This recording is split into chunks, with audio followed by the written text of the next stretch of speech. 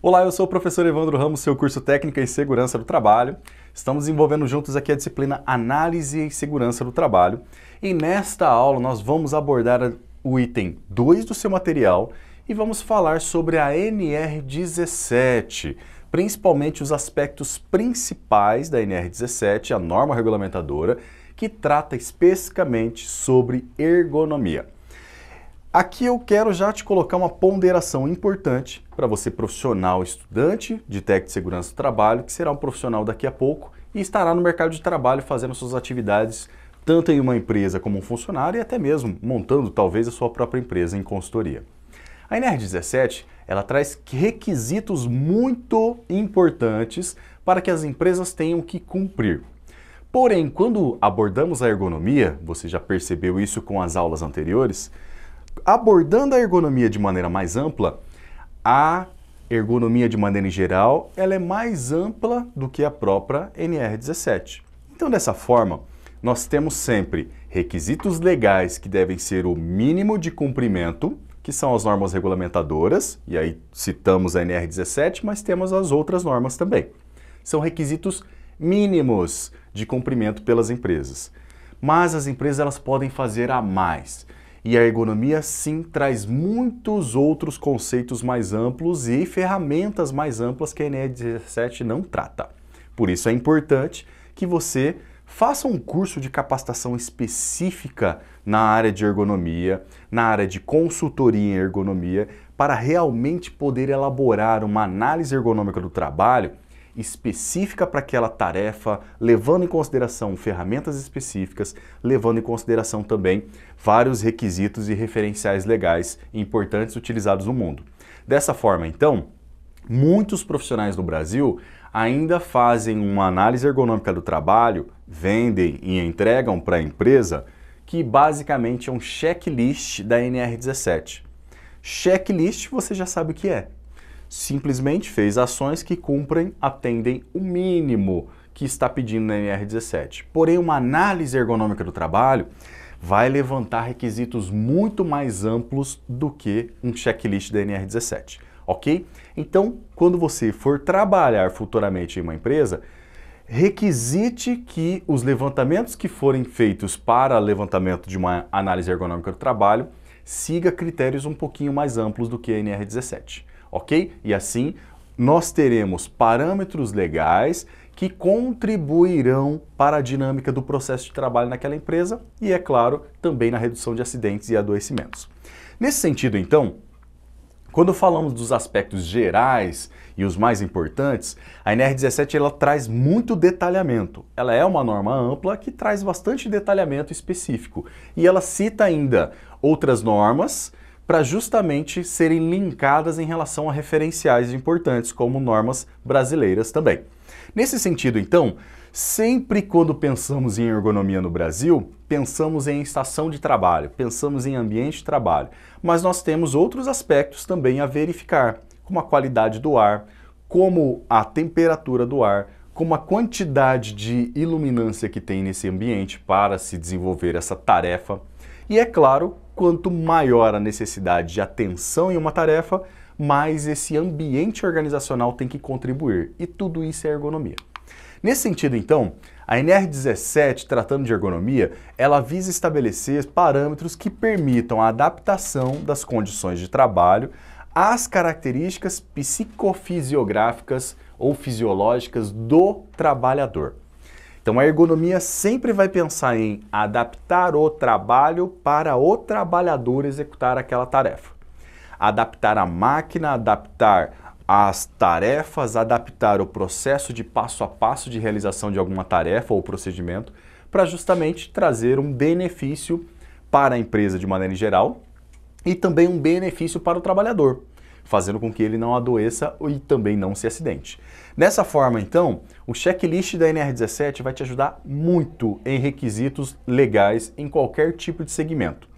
E alguns anexos da NR17 tratam de alguns requisitos importantes específicos, como checkout, por exemplo, em telemarketing. E nesse sentido, dessa lógica de pensamento, nós podemos então utilizar a NR17 para fazer vários tipos de verificação e também o atendimento legal ao cumprimento dessa norma em várias empresas. A análise ergonômica do trabalho, então, ela vai ter como base a NR17 e vai trazer requisitos um pouco mais amplos também.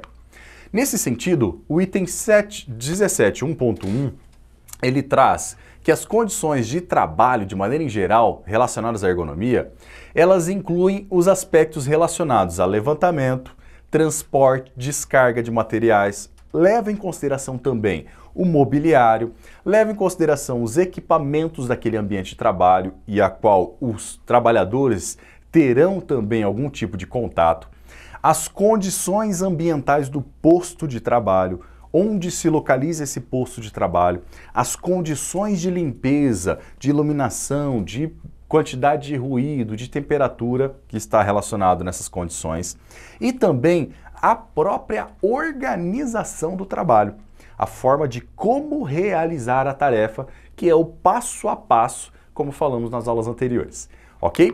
E nesse sentido, então, dando sequência na própria norma, o item 17.1.2, ele estabelece então que para avaliar a adaptação dessas condições de trabalho às características específicas do trabalhador, é importante que a empresa realize a análise ergonômica do trabalho.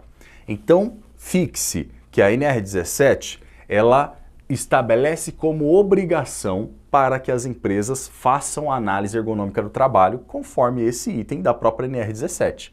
E dessa forma também, a empresa deve abordar no mínimo com essa elaboração da análise ergonômica do trabalho, as condições de trabalho, então vai ter um demonstrativo, um retrato atual das condições de trabalho naquela empresa, conforme estabelecidos também nesta norma regulamentadora para vários tipos de parâmetros.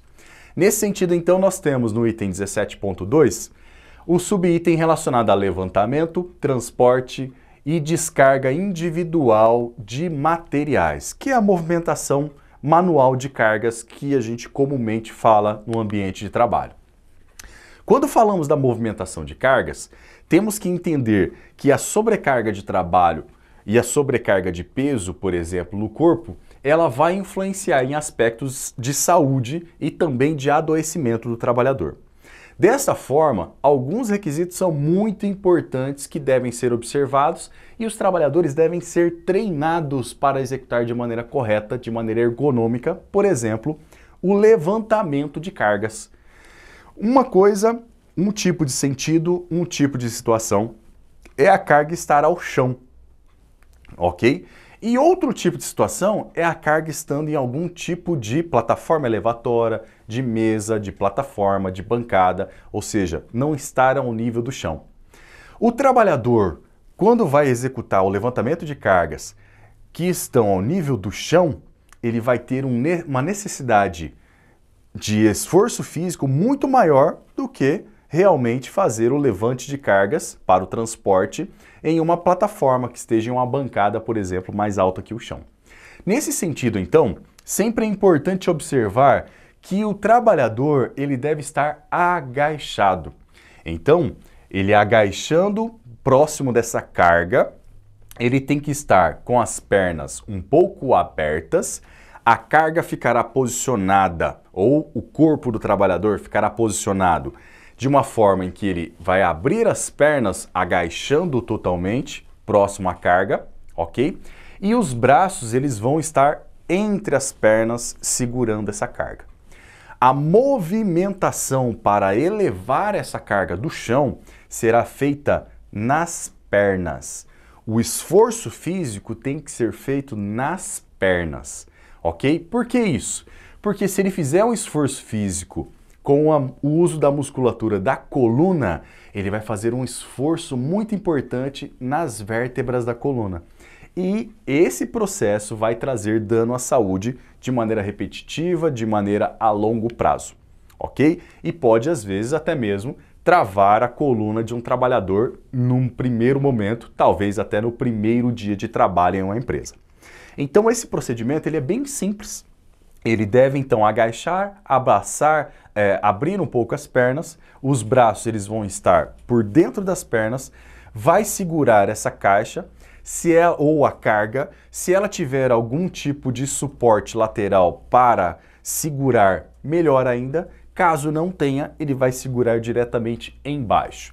Ajustou a caixa e conseguiu fazer a pega adequada, ele vai fazer o levante utilizando a força da musculatura das pernas, tá bem? Então, pernas e coxas dos membros inferiores. Tá claro? Depois disso, à medida que ele ficar ereto, em pé, ele vai ajustar a necessidade dessa carga. Lembrando que a carga também tem que estar o mais próxima possível do corpo e os membros de preferência esticados.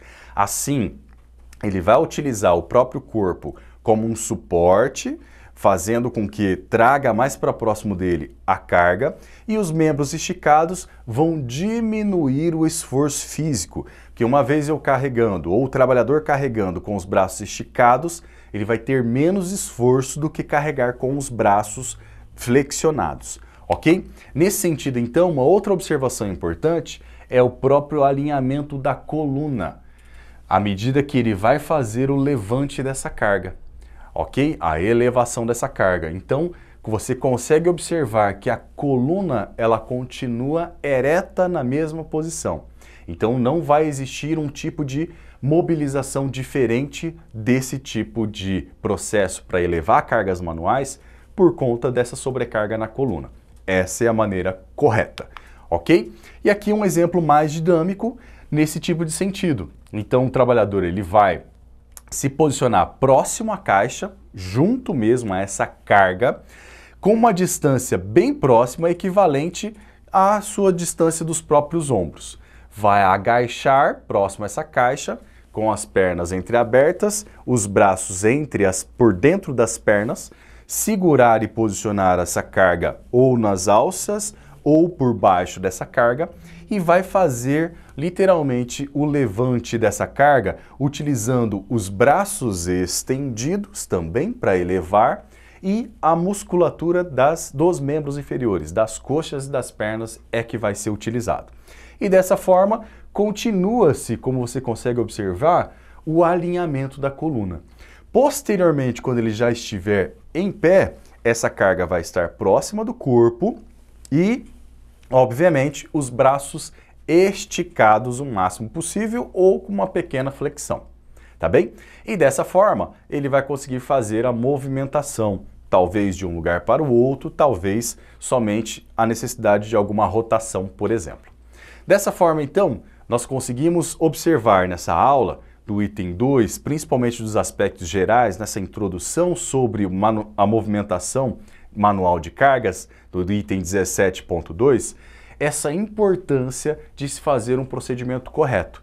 Você, em muitas das situações como profissional, irá instruir e até mesmo treinar para esses aspectos ergonômicos mais simples os trabalhadores que fazem movimentação manual de cargas nas empresas. Ok? Muito obrigado pela sua atenção e aguardo você na próxima aula.